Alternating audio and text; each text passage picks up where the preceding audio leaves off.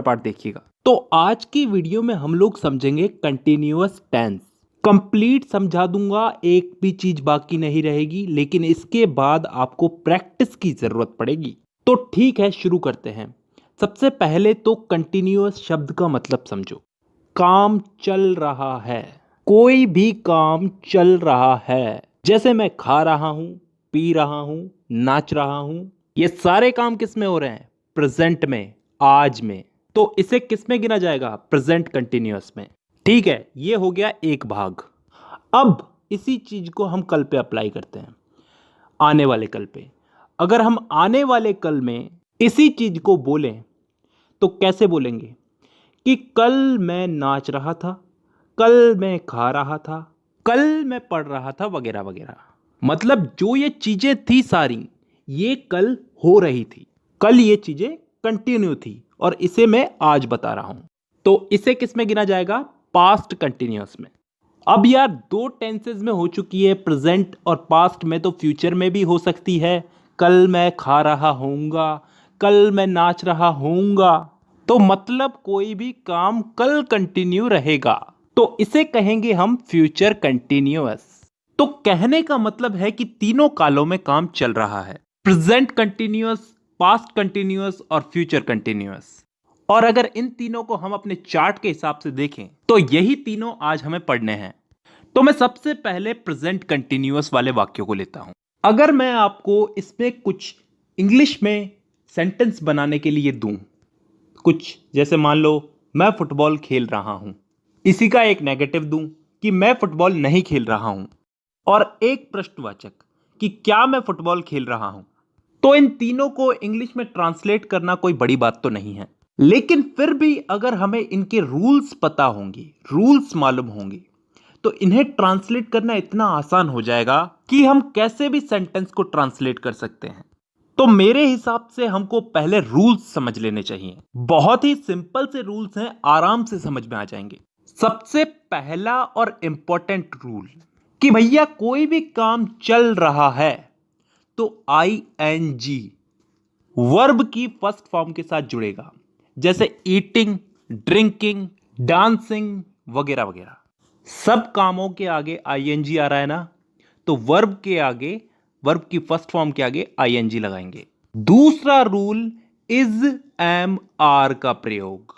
यह बहुत ही सिंपल चीज है, बहुत सिंपल चीज। इन तीनों में ये जो एम है ना, इसका लफड़ा तो छोड़ ही दो, क्योंकि यह हमेशा आई के साथ ही जुड़ेगा। उदाहरण के लिए I am a boy, I am a teacher, तो जुड़ रहा है ना आई के साथ एम, आई एम। जहां तक बात है इस इज की, तो ये इज हमेशा सिंगुलर सब्जेक्ट यानी कि एक वचन के साथ जुड़ेगा। जैसे he, she, it, he is, she is, it is. तो मतलब है तो अकेला आदमी ना, तो अकेले पर्सन के साथ में इज जुड़ेगा। अब जहां तक बात है इस आर की, इसका तो आप सोच ही सकते हैं किसके साथ में जुड़ेगा? प्लूरल के साथ में, बहुवचन के साथ में, यानी कि यू, वी, दे। बहुत सारे लोग हैं, उनके साथ में आर जुड़ेगा। You are, we are, they are. तो अब तीनों का मतलब समझ में आ गया होगा, ठीक है। लेकिन अब जब हम एग्जाम्पल उठाएंगे तो आराम से समझ में आएगी ये चीज। इसके बाद अगला नियम यह है कि नेगेटिव सेंटेंस जो होते हैं, जिसमें नहीं का प्रयोग होता है, तो ये इज, एम, आर के बाद में नॉट लगा दिया जाता है। ये बहुत ही सिंपल सी चीज है, सेंटेंस बनाने के साथ साथ याद हो जाएगी। और यही हमारा लास्ट नियम यह है कि इंट्रोगेटिव सेंटेंस जो होते हैं, जिसमें प्रश्नवाचक होते हैं, जो उसमें सब्जेक्ट के पहले ये इज, एम, आर लग जाता है। ये नियम भी हमें सेंटेंस बनाने के साथ साथ याद हो जाएगा। तो अब रूल्स हमारे सारे कंप्लीट हो चुके हैं, अब हमें सेंटेंस बनाने चाहिए। अब हम वही 3 सेंटेंस उठाते हैं जो हमने पहले उठाए थे।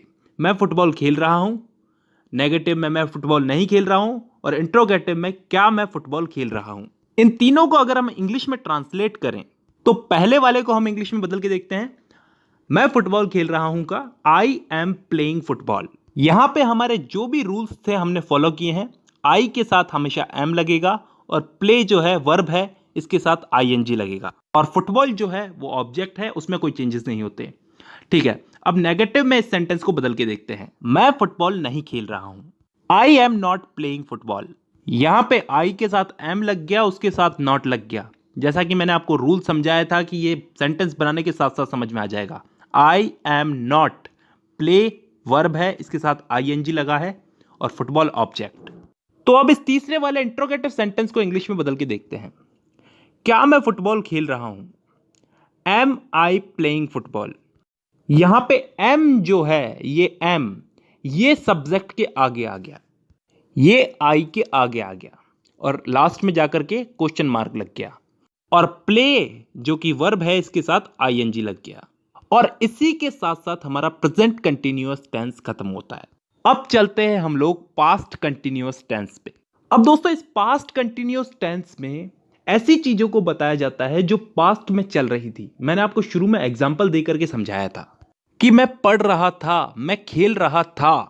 तो इसके भी 3 वाक्य बन सकते हैं। मैं फुटबॉल खेल रहा था, नेगेटिव में मैं फुटबॉल नहीं खेल रहा था, और इंट्रोगेटिव में क्या मैं फुटबॉल खेल रहा था। तो इन तीनों को भी इंग्लिश में बदलने के लिए हमें कुछ रूल्स, कुछ इंपॉर्टेंट रूल्स याद रखने पड़ेंगे। तो ठीक है, रूल समझते हैं। रूल नंबर फर्स्ट, जो पिछला वाला था कि इसमें वर्ब के आगे, वर्ब की फर्स्ट फॉर्म के आगे आईएनजी लगेगा, जैसे पिछले वाले वाक्यों में लग रहा था डूइंग, ईटिंग, डांसिंग वगैरह वगैरह, तो इसमें भी आईएनजी लगेगा। क्लियर है? ठीक है। Rule number 2, singular subject, he, she, it, I, इन सब के साथ में वाज का प्रयोग होगा। उदाहरण के लिए I was dancing, I was eating, I was drinking. वहीं प्लूरल सब्जेक्ट के साथ में, यानी कि यू, वी, दे के साथ में वर का प्रयोग होगा। मतलब प्रेजेंट कंटिन्यूस में हम लोग इज, एम, आर का प्रयोग कर रहे थे, और यहां पे पास्ट कंटिन्यूस में हम वाज वर का प्रयोग कर रहे हैं। इसके अलावा वही 2 सिंपल से रूल, नेगेटिव सेंटेंस में वाज और वर के बाद नॉट लगेगा, और दूसरा रूल ये कि इंट्रोगेटिव सेंटेंस में वाज वर सब्जेक्ट के पहले लगेगा। हम लोगों ने जो हिंदी के सेंटेंस उठाए हैं उनको हम इंग्लिश में ट्रांसलेट करके देख ही लेते हैं, हमको समझ में आ जाएगा। सबसे पहला जो सेंटेंस है, मैं फुटबॉल खेल रहा था, तो इसमें मैं जो है वो सिंगुलर है, यानी कि एक वचन है, तो नियम के अनुसार इसके साथ में वाज लगेगा। आई वाज, प्ले जो है वर्ब है, इसके साथ में आईएनजी लगेगा, प्लेइंग फुटबॉल, तो is equal to I was playing football. यही अगर नेगेटिव में करके देखें तो मैं फुटबॉल नहीं खेल रहा था, वही नियम के अनुसार वाज के साथ में नॉट लग जाएगा, I was not playing football. बहुत सिंपल है ना? ठीक है, अभी इसको प्रश्नवाचक में बदल के देखते हैं कि क्या मैं फुटबॉल खेल रहा था, वाज आई प्लेइंग फुटबॉल। अब यहां पे वाज पहले क्यों आया? नियम के अनुसार वाज पहले ही आएगा क्वेश्चन मार्क वाले सेंटेंसेस में। तो दोस्तों, तीनों सेंटेंसेस को समझने के साथ साथ हमारा पास्ट कंटिन्यूअस टेंस भी कंप्लीट होता है। अब हम लोग चलते हैं लास्ट फ्यूचर कंटिन्यूअस टेंस पे। जैसा कि मैंने वीडियो की शुरुआत में बताया था, इसमें ऐसे सेंटेंसेस आते हैं जो काम फ्यूचर में हो रहा होगा, हम फ्यूचर में वो काम कर रहे होंगे। जैसे मैं खा रहा होऊंगा, मैं खेल रहा होऊंगा, मतलब कोई काम हम फ्यूचर में कर रहे होंगे, कंटिन्यू कर रहे होंगे। जैसे उदाहरण के लिए मैं फुटबॉल खेल रहा होऊंगा, नेगेटिव में मैं फुटबॉल नहीं खेल रहा होऊंगा, और इंट्रोगेटिव में क्या मैं फुटबॉल खेल रहा होऊंगा। तो इन तीनों को इंग्लिश में बदलने के लिए वही हमारे इंपॉर्टेंट रूल्स याद करते हैं, उसके बाद हम इनको इंग्लिश में बदलेंगे। तो इसके जो रूल्स हैं वो बहुत ही सिंपल है दोस्तों। इसमें सिंगुलर हो या प्लूरल हो, सबके साथ में विल बी का प्रयोग होगा। नेगेटिव सेंटेंस में बी के पहले नॉट का प्रयोग होगा, जैसे she will not be going to college. और इंट्रोगेटिव सेंटेंस में विल का प्रयोग जो है वो वाक्य के प्रारंभ में होगा। जब हम इन एग्जाम्पल्स को इंग्लिश में बदलेंगे तो आराम से समझ में आ जाएगा। तो फिर शुरू करते हैं हमारे एग्जाम्पल्स को इंग्लिश में बदलना। मैं फुटबॉल खेल रहा हूंगा, I will be playing football. मैंने कहा था ना, इन वाले वाक्यों में विल बी आएगा, तो ये आ गया विल बी। ठीक है, प्ले वर्ब है तो मैंने कहा था आईएनजी लगेगा।